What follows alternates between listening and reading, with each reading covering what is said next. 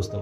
तो जैसा मैंने अपने पिछले क्वेश्चंस में पूछा था कि कौन सी मेडिसिन आप लोग को पढ़नी है, तो आप लोगों ने जो वोट्स किए उसमें 70% से ज़्यादा लोगों ने कहा है कि मैं कोनियम आप लोग को बताऊं। तो चलिए आज कोनियम मैकुलेटम यानी पॉइजन हेमलॉक के बारे में बात करते हैं।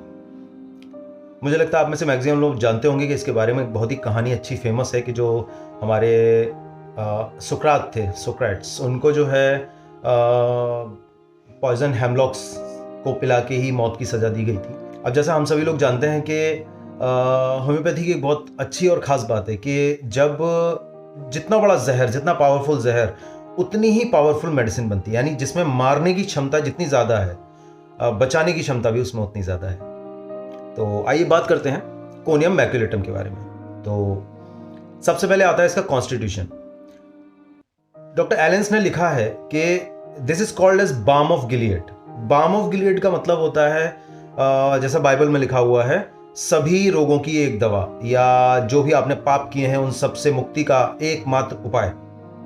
ठीक है, तो हम इसे इस तरह देख सकते हैं कि जो ओल्ड बैचलर्स हैं, जिनकी शादी नहीं हुई है, या ओल्ड मेड्स हैं, ऐसे लोग जो किसी तरह, किसी न किसी तरीके के, किसी न किसी रूप में उनके अंदर सेक्सुअल सप्रेशन पाया जा रहा है, उनकी जो सेक्सुअल इमोशंस हैं उनमें सप्रेशन पाया जा रहा है। वो सेंट्स भी हो सकते हैं, वो किसी वजह से विडोअर्स भी हो सकते हैं, काफ़ी लोग हो सकते हैं। तो ये चीज़ आप समझिए कि इस सेक्सुअल सप्रेशन की वजह से जो कॉन्स्टिट्यूशनल डिफेक्ट्स आते हैं, जो वर्टाइगो और अलग नर्वस कंप्लेंट्स आती हैं, वो सारी की सारी कवर करती है कोनियम मैकुलेटम। स्पेशली जो डिजीजेस हैं, डिजीजेस किसकी? Old persons, old maids, old bachelors, यानी जिनकी शादी नहीं हुई है, कुल मिला के जिनका सेक्सुअल सप्रेशन हो रहा है, ऐसे लोग जिनमें रिजिड मस्कुलर फाइबर्स हैं, जैसे डॉक्टर एलेंस कहते हैं, rigid muscular fibre, person with light hair, जिनके बाल बहुत हल्के हैं, विद लाइट हेयर्स, याद रखिए हल्के बाल, यानी कोनियम में बाल कैसे पाए जाते हैं? हल्के बाल। जैसे बराटा में कैसा पाया जाता है? हार्ड बाल, लेकिन कोनियम में पाया जाता है हल्का बाल, light hairs. Who are easily excited, जो बहुत जल्दी एक्साइटेड हो जाते हैं। एक्साइटेड का मतलब not sexually as it is, जो इमोशनली बहुत ज्यादा सेंसिटिव हैं, जैसे बहुत जल्दी खुश हो जाना, बहुत जल्दी दुखी हो जाना। तो जो बहुत जल्दी जिनके अंदर इमोशनल चेंजेस आते हैं, they can be considered in conium maculatum. Strong persons of sedentary habits, तो सेडेंटरी हैबिट जैसे मैक्सफोनका में पाया जाता है, जैसे स्ट्रॉन्ग पर्सन्स यानी जो फिजिकली स्ट्रॉन्ग हैं बट सेडेंटरी हैबिट्स है, जिनमें किसी को कोई काम करने का मन नहीं है, चुपचाप पड़े रहने का मन है। मतलब कुल मिला के ये है कि एकदम सुस्त जीवन व्यतीत कर रहे हैं जो लोग, यानी जिनके मन में कोई जीने की इच्छा जैसी बची नहीं, जो बिल्कुल सुस्त है, जो बिल्कुल सोशली कट चुके हैं, या सोशली जिनको बात करना पसंद नहीं है, जो अपने ही विचारों में खोए रहते हैं, टोटली सेक्सुअली सप्रेस्ड हैं, और जिनमें इस वजह से सारी फिजिकल या नर्वस कंप्लेंट्स आती हैं।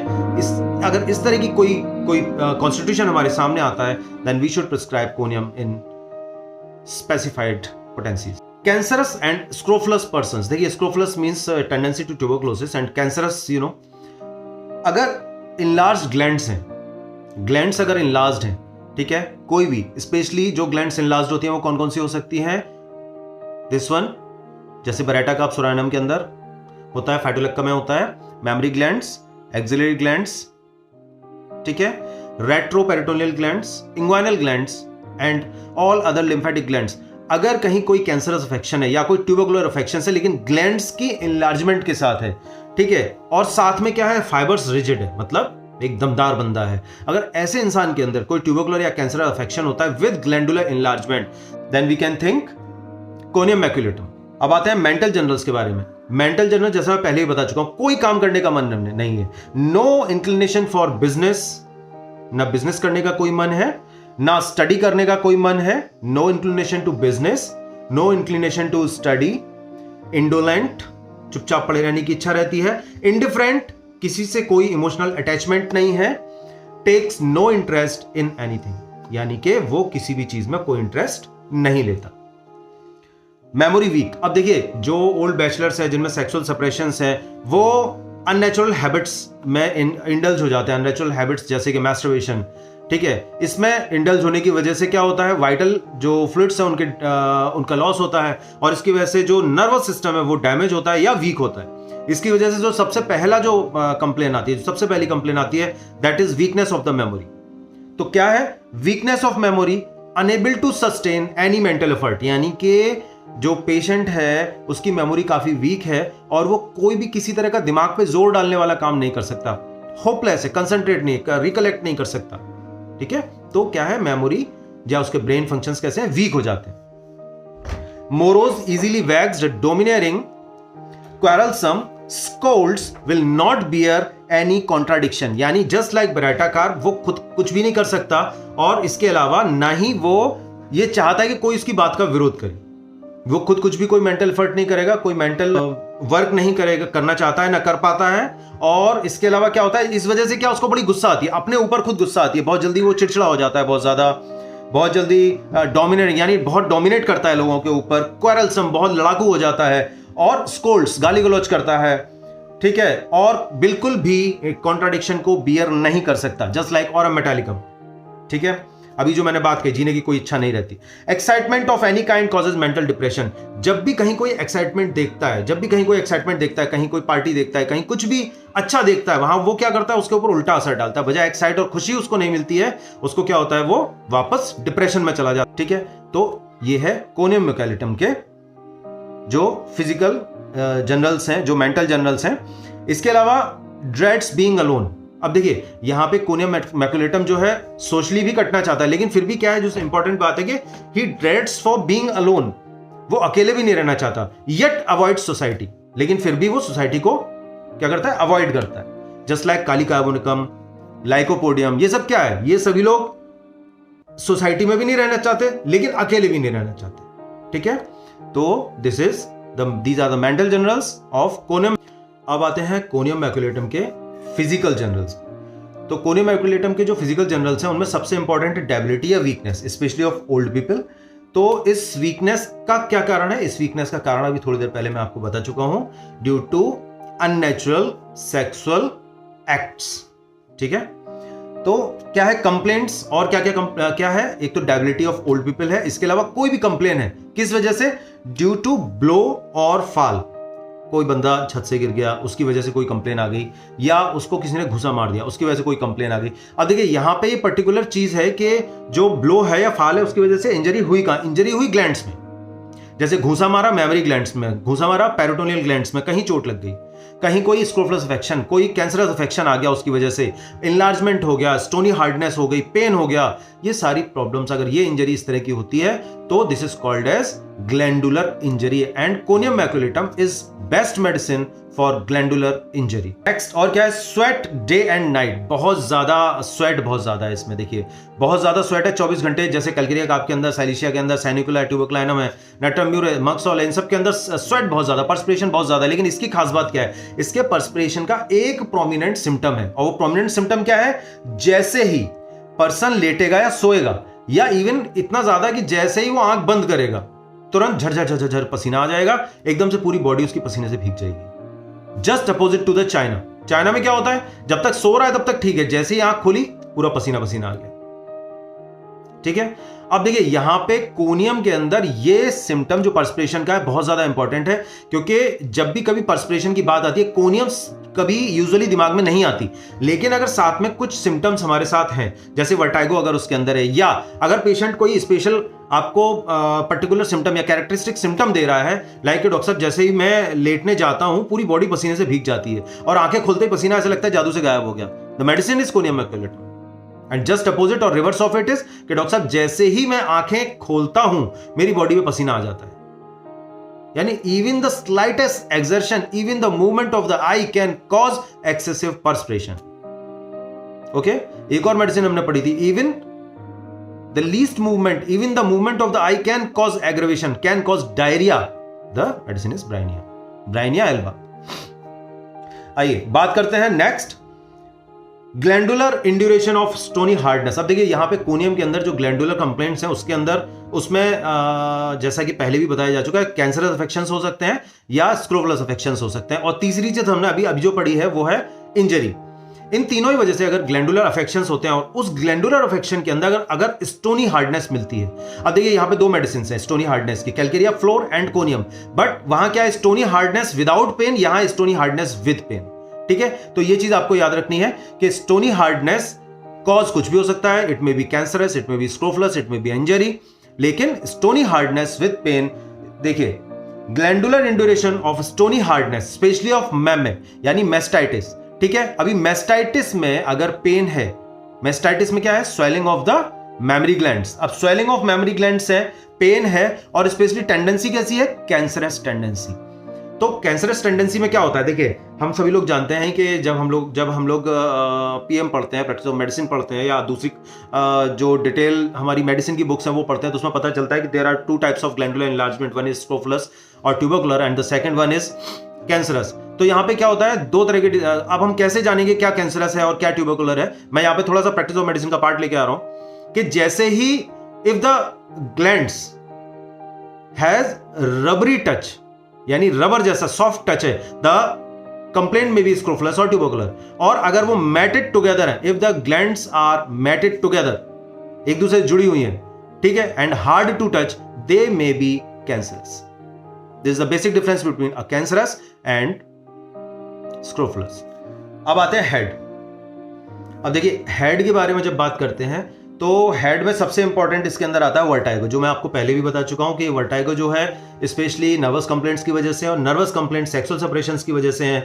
तो जब हम साइकोसोमेटिक कॉज ऑफ वर्टाइगो देखते हैं कि what is the psychosomatic cause of vertigo, तो the psychosomatic cause of the vertigo is the in maximum cases, but it may be all in all cases, अगर कोई फिजिकल कंप्लेन नहीं, अगर कोई injury नहीं है, या और अदर कोई नर्वस कंप्लेन नहीं है, तो the psychosomatic cause, not cause, the psychosomatic cause means the emotional disturbance is sexual suppression। इस चीज को आप कीनोट समझिए कि अगर कहीं वर्टाइगो है और उसका कोई जैसे सर्वाइकल स्पॉन्डिलाइटिस नहीं है, नर्व कंप्रेशन नहीं है, कोई हिस्ट्री ऑफ इंजरी नहीं है, कुछ बैकग्राउंड में आपको मिल ही नहीं रहा है, सिर्फ एक ही चीज है and that is vertigo, then this may be due to sexual suppression, ठीक है। तो यहां से आप जान सकते हैं पेशेंट के वर्टाइगो को देख के, उसके सारे बैकग्राउंड्स को रिमूव करके, उसके सारे जो कॉजेज हैं उसको रिमूव करके, अगर आप कोई भी कॉज अगर आपको नहीं मिलता है, if you don't find any cause, then the cause of the vertigo और the psychosomatic cause of the vertigo may be sexual suppression.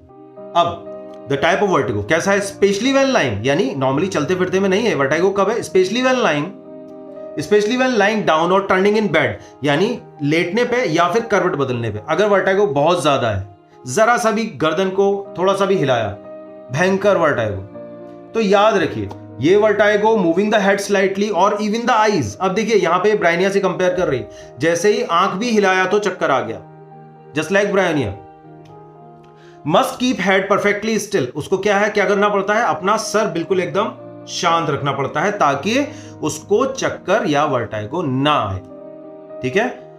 Next, in turning the head to the left. अब देखिए यहां पे एक स्पेशली इस चीज को ध्यान रखना है कि ज्यादा कब है, मतलब है तो दोनों साइड में, टर्निंग जब वो राइट करेगा तब भी होगा, जब लेफ्ट होगा तब भी करेगा, लेकिन ज्यादा कब होगा, ज्यादा होगा जब वो लेफ्ट साइड में करवट लेगा, यानी when patient turns towards the left side while lying in the bed, there is excessive vertigo and the medicine is conium maculatum.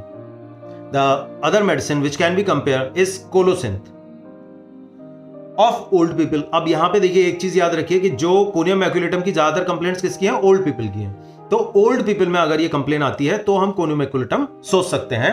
With ovarian and uterine complaints, अगर यही वर्टाइगो ओवेरियन कंप्लेंट की वजह से है तो भी हम सोच सकते हैं कोनियम, अगर यूट्राइन कंप्लेंट्स की वजह से तो भी हम सोच सकते हैं कोनियम मैक्युलेटम। अगर पेशेंट लाई करता है बेड पर और वो लेफ्ट में टर्न लेता है और उसकी वजह से उसको वर्टाइगो आता है, then the medicine can be conium maculatum. अब आते हैं आईज। देखिए जब कभी भी आपको मिलता है, whenever you find indifference to society due to any cause, the patient doesn't want light. Means light is the sign of happiness. जो प्रकाश है, जो लाइट है, वो क्या है, हैप्पीनेस का साइन है, अंधेरा दुख का साइन है। तो जहां कहीं भी आपको जो भी मेडिसिन आपको मिलेंगी ऐसी जिसमें इंडिफरेंस है, पैथी है, जहां से सोशल बाइकॉट है, जिससे उसने अपने खुद ही सेल्फ बाइकॉट, अगर ऐसी सब मेडिसिन अगर आप देखेंगे तो उन सब के अंदर आपको क्या मिलेगा? Aversion to light, desire for dark, desire to alone, aversion to company, aggravation from consolation, ये सारा ये बहुत कॉमन चीज है, ये एक साइकोलॉजिकल चीज है और ये चीज कोनियम मैकुलेटम में भी पाई जाती है। Aversion to light without inflammation of eyes means यहां पे देखिए, यहां ये कंपेयर कर रहे हैं अर्जेंटम नाइट्रिकम से, जहां एवर्जन टू लाइट या फोटोफोबिया था। क्यों था? Due to inflammation of eyelids, जिसको हम लोग क्या बोलते हैं तो ऑप्थेल्मिया न्यूनेटोरम। लेकिन यहां पे क्या है? यहां पे there is complete lack of inflammation of the eyes, even there is aversion to light. Worse from using eyes in artificial light, यानी आर्टिफिशियल लाइट जैसे का मतलब रॉड जल रही है या बल्ब जल रहा है या कोई भी आर्टिफिशियल लाइट है, नेचुरल लाइट नहीं, सूर्य की सन की लाइट नहीं है, तो सनलाइट नहीं है, ऐसे केसेस में अगर कोई इंसान बहुत ज्यादा आंखों का यूज करता है तो स्पेशली स्टूडेंट्स, तब remedy for night work, intense photophobia, इसकी वजह से जो कंप्लेंट्स आती हैं बहुत ज्यादा ध्यान से काम करने की वजह से आर्टिफिशियल लाइट में, स्टूडेंट्स जैसे रात में पढ़ रहे हैं, देर तक पढ़ रहे हैं, उनकी वजह, उनके अंदर अगर कोई कंप्लेन आती है, या फिर जो रात में काम करते हैं, भाई रात में तो आर्टिफिशियल लाइट होती है, तो रात में जो लोग काम करते हैं उनकी कोई कंप्लेन आती है और इंटेंस फोटोफोबिया होता है, बहुत ज्यादा फोटोफोबिया, बहुत ज्यादा, यानी कि उसको लाइट से बहुत ज्यादा दिक्कत है। लाइट से और ज्यादा दिक्कत किसमें है? इंटेंस फोटोफोबिया बेलाडोना के अंदर है, सोरानम के अंदर है, स्ट्रामोनियम के अंदर है, कोई भी मेडिसिन आप ले लीजिए फोटोफोबिया उसके अंदर है, जैसे अर्जेंटम नाइट्रिकम है, ठीक है, किसी में साइकोसोमेटिक कॉज है, किसी में फिजिकल कॉज है, लाइसिनम है, हाइड्रोफोबिनम, तो ये सारी मेडिसिन हैं जिनमें के फोटोफोबिया है और इंटेंस फोटोफोबिया, ठीक है। अब आते हैं यूरिनरी सिस्टम के बारे में। यूरिनरी सिस्टम के बारे में आप देखिए, एक चीज देखिए, जैसे हम लोग ग्लैंडुलर इनलार्जमेंट की बात कर रहे थे, तो ग्लैंडुलर इनलार्जमेंट में ये प्रोस्टेट भी आता है, और जहां सेक्सुअल सेपरेशन है, ये ऐसे जितने भी केसेस हैं उन सभी के अंदर प्रोस्टेटिक इनलार्जमेंट अर्ली एज में हो जाता है। अर्ली एज का मतलब इन अर्ली 40s और 50s। तो इसमें जो है प्रोस्टेट इनलार्जमेंट होने की वजह से क्या होता है, जो यूरेथ्रा है जिसमें से अपना यूरिन निकल रहा है वो कंप्रेस हो जाती है। इस कंप्रेस होने की वजह से क्या होता है कि यूरिन में प्रॉब्लम होने लगती है, हेजिटेंसी आ जाती है या फिर इनकॉन्टिनेंस आ जाता है, ठीक है, या तो पेशाब रोक नहीं पाता या फिर करने में उसको काफी दिक्कत होती है, काफी देर तक उसको वेट करना पड़ता है। अब देखिए, great difficulty in voiding urine, urine को निकालने में ग्रेट डिफिकल्टी है। फ्लो इंटरमिट्स, फ्लो रुक रुक कर आता है क्योंकि रास्ता छोटा है। देन फ्लोज अगेन, आता है, रुक जाता है, फिर रुकता है, फिर आता है, और किसमें? प्रोस्टेटिक और यूट्राइन अफेक्शंस, ठीक है। तो मेल्स में तो प्रोस्टेटिक अफेक्शंस हैं, अगर फीमेल में कोई यूट्राइन अफेक्शन है तो वहां पे कोनियम मैकुलेटम हम दे सकते हैं। अब आते हैं मेल रिप्रोडक्टिव सिस्टम। अब देखिए, मेल रिप्रोडक्टिव सिस्टम के अंदर इंजरी टू टेस्टिस क्या है? स्टोनी हार्ड इंड्यूरेशन ऑफ, देखिए ये तो मैंने आपको स्टार्टिंग में बता दिया कि कोई भी ग्लैंड है अगर कोनियम के अंदर है, अफेक्शन है ग्लैंड के अंदर, तो क्या होगा, उसमें स्टोनी हार्डनेस पाई जाएगी, फिर चाहे वो कैंसरस हो, ट्यूबरकुलर हो, जो हम पहले ही बात कर चुके हैं। तो यहां क्या है? यहां है हमारा, क्या है हमारा? ऑर्काइटिस, लेकिन यह इन्फ्लेमेशन है, कैसा है? Stony hardness, stony hardness of testicles. अब आते हैं फीमेल रिप्रोडक्टिव सिस्टम में, तो बैड इफेक्ट्स। अब देखिए बैड इफेक्ट्स क्या है? Bad effects of suppressed sexual desire, bad effects of suppressed sexual desire और सप्रेस्ड मेंसेस, मेंसेस का सप्रेशन, उसकी वजह से कोई कंप्लेन है, बैड इफेक्ट्स हैं। सप्रेस्ड सेक्सुअल डिजायर की वजह से कोई कंप्लेन्स हैं, बैड इफेक्ट्स हैं। Non gratification of sexual instinct means जो उसकी सेक्सुअल डिजायर है उसका फुलफिलमेंट नहीं हो रहा, ग्रेटिफिकेशन नहीं हो रहा, उसको संतुष्ट नहीं हो पा रही है। और फ्रॉम एक्सेसिव इंडल्जेंस, या फिर बहुत ज्यादा इंडल्ज है इन सब कामों के अंदर। अगर इसके बैड इफेक्ट्स की वजह से कोई कंप्लेन आती है तो हम सोच सकते हैं कोनियम मैकुलेटम के बारे में। ब्रेस्ट सोर, ब्रेस्ट कैसे हैं? सोर हैं, स्टोनी हार्ड हैं, वेरी पेनफुल हैं, बिफोर एंड ड्यूरिंग मेंस्ट्रुएशन, और स्पेशली कब है? Just before and during menstruation. तो बिफोर एंड ड्यूरिंग मेंस्ट्रुएशन में क्या है? जो ब्रेस्ट है वो कैसे हो जाते हैं? हैवी हो जाते हैं, इंगोज्ड हो जाते हैं, इन्फ्लेम्ड हो जाते हैं, इंड्यूरेटेड हो जाते हैं एंड पेनफुल हो जाते हैं। याद रखिए, बिफोर एंड ड्यूरिंग मेंसेस। अगर ब्रेस्ट का इंलार्जमेंट, इंफ्लेमेशन, इंड्यूरेशन, पेन मिलता है, you must prescribe conium maculatum. Other medicine are lac caninum and कालिकार। अब देखिए मेंसेस पे आते हैं। तो मेंसेस कैसे हैं इसके? फीबल है, मेंसेस फीबल हैं, सप्रेस्ड हैं। अब जो सप्रेस्ड है वो कैसे आएंगे? काफी देर में आएंगे। तो टू लेट भी हैं, फीबल है तो कैसे होंगे? टू स्कैंटी भी होंगे। तो देखिए फीबल है, सप्रेस्ड हैं, टू लेट हैं, टू स्कैंटी हैं, थोड़े समय के लिए आते हैं, टू शॉर्ट ड्यूरेशन है, with rash of small red pimples all over the body. क्या होता है? पीरियड्स आने से पहले पूरी बॉडी पे रेड रेड पिंपल्स जैसे हो जाते हैं। ठीक है, याद रखिए मेंसेस से जस्ट पहले ब्रेस्ट का एनलार्जमेंट हो रहा है, मेंसेस से जस्ट पहले पूरी बॉडी पे रेड कलर के पिंपल्स आ रहे हैं, और ये पिंपल्स जैसे ही फ्लो स्टार्ट होता है गायब। क्या है? Red pimples, rash of small red pimples over the body which ceases with the flow. ठीक है, क्या होता है? खत्म हो जाते हैं, जस्ट लाइक डल का मारा। Stopped by taking cold. अब menses stopped by taking cold, अगर ठंडा सर्दी लग गई और मेंसेस रुक गए, जैसे एकोनाइट में क्या था? फियर की वजह से। अभी इसमें क्या है? Taking cold. By putting hands in cold water just like lac defloratum.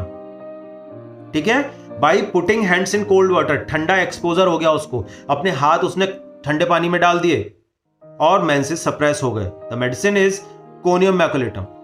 ठीक है, जैसे पल्सटिला के अंदर क्या है कि मेंसेस सप्रेस्ड हैं, कब? बाई गेटिंग फीट वेट या by putting feet in cold water. यानी putting hands in cold water conium है, putting feet in cold water pulsatilla है। ठीक है, शॉक या फियर की वजह से अगर है तो एकोनाइट। अब बात आती है लिकोरिया। अभी देखिए लिकोरिया है, इसमें क्या है? 10 days आफ्टर मेंसेस, यानी पीरियड्स स्टार्ट होने के 10 दिन बाद लिकोरिया स्टार्ट होता है, just like borax and Bovista. लेकिन बोरेक्स एंड बोविस्टा के अंदर क्या है? 3 to 4 days before and after both menses.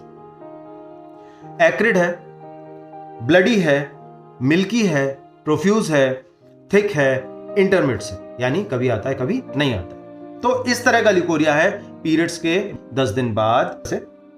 अब आता है रेस्पिरेटरी सिस्टम के बारे में। रेस्पिरेटरी सिस्टम में क्या? कफ। किस तरह का कफ है? इन स्पाज्मोडिक पैरोक्सिज्म। एक बार अगर कफ स्टार्ट हुआ तो लगातार काफी देर तक चला जाएगा, सिंगल कफ नहीं है। और ये स्पाज्मोडिक पैरोक्सिज्म कब है? ये स्पाज्मोडिक पैरोक्सिज्म है by causing by dry spot in लैरिंग्स। ठीक है, ये लैरिंग्स में अगर जो है सूखापन लगता है, ड्राई स्पॉट लगता है, उसकी वजह से अगर जो है ये स्पाज्मोडिक कफ आ रहा है, स्पेशली ड्राई कफ आ रहा है, the medicine is conium maculatum. और अगर इन थ्रोट, अगर थ्रोट में आ रहा है अंदर, उसकी वजह से ड्राई स्पॉट आ रहा है, उसकी वजह से अगर कफ आ रहा है, द मेडिसिन इज सिमिसिफ्यूगा। अब देखिए with itching chest and throat, throat में, चेस्ट में खुजली होती है खांसते समय, जस्ट लाइक आयोडीन। और इसके अलावा वर्स एट नाइट। अब देखिए इसकी खांसी की या कफ की बहुत खास बात है कि जब पेशेंट लेटता है, जैसे हाइपोथैलेमस के अंदर है ना, as soon as head touches the pillow, तो जैसे ही पेशेंट लेटा, जैसे ही पेशेंट लाई डाउन हुआ, तुरंत खांसी स्टार्ट हो गई। या कफ ऑफ प्रेगनेंसी, प्रेगनेंसी के टाइम पे भी कफ आती है। प्रेगनेंसी के टाइम में जब रेस्पिरेटरी डिस्ट्रेस होता है, प्रेगनेंसी के टाइम में जब यूट्रस ऊपर को आता है और थोड़ा सांस लेने में दिक्कत होने लगती है, उस समय उसकी वजह से अगर कफ आता है, the medicine can be conium maculatum. The other medicine are causticum and kali brom. देखिए यहां पे कफ व्हेन लाइंग डाउन, ठीक है। अभी ड्राई स्पॉट में, अगर ड्राई स्पॉट होने की वजह से और ड्राइनेस की वजह से अगर खांसी है, तो there are 2 medicine, one is causticum and one is spongia, also along with conium maculatum. जहां पे उसको क्या लगता है, जहां पे उसको पानी पीने से आराम हो जाता है, in spongia as well as in causticum. अब आते हैं मोडेलिटीज। मोडेलिटीज में क्या है, एग्रीवेशन कैसा है। अब एग्रीवेशन में हमने अभी देख लिया, रात में ही दिक्कत उसको बढ़ती है जब खांसता वांसता है तब, ठीक है। और तो कोई एज इट इज ऐसी चीज नहीं है कि उसमें एग्रीवेशन का कोई टाइम निर्धारित हो। फिर भी at night specially when lying down, ठीक है, जस्ट अभी पढ़ के आए हैं, टर्निंग और राइजिंग अप। अब ये देखा हमने, जब वर्टाइगो कब पड़ता है, जब हम टर्निंग करते हैं, specially turning to the left, और rising up means motion, movement. In bed, bed में भी दिक्कत है, बेड से उठने में भी दिक्कत है, ठीक है। And celibacy. अभी सेलिबेसी क्या होता है, सेलिबेसी मींस का मतलब है जैसे जो संत लोग हैं, ब्रह्मचर्य जो धारण कर लेते हैं, मतलब कि भाई हम कभी कोई सेक्सुअल एक्ट में इंडल्ज नहीं होंगे, हम कभी शादी नहीं करेंगे, ठीक है। तो इस कंडीशन को बोलते हैं सेलिबेसी, और इसकी वजह से अब देखिए जब कोई सेक्सुअल इंडल्जेंस होगी नहीं बिल्कुल जरा भी, तो क्या होगा, सेक्सुअल सप्रेशन होगा। ऑब्वियस सी बात है, क्योंकि हार्मोन्स तो बनने हैं, इमोशंस तो आने हैं, अगर उनको दबा दिया जाएगा तो क्या होगा, सेक्सुअल सप्रेशन, और उसकी वजह से कंप्लेंट आ जाएंगी। ठीक है, तो अब इसके अलावा अब आते हैं रिलेशंस के बारे में। तो रिलेशंस कैसा, patients requiring conium often improve from wine.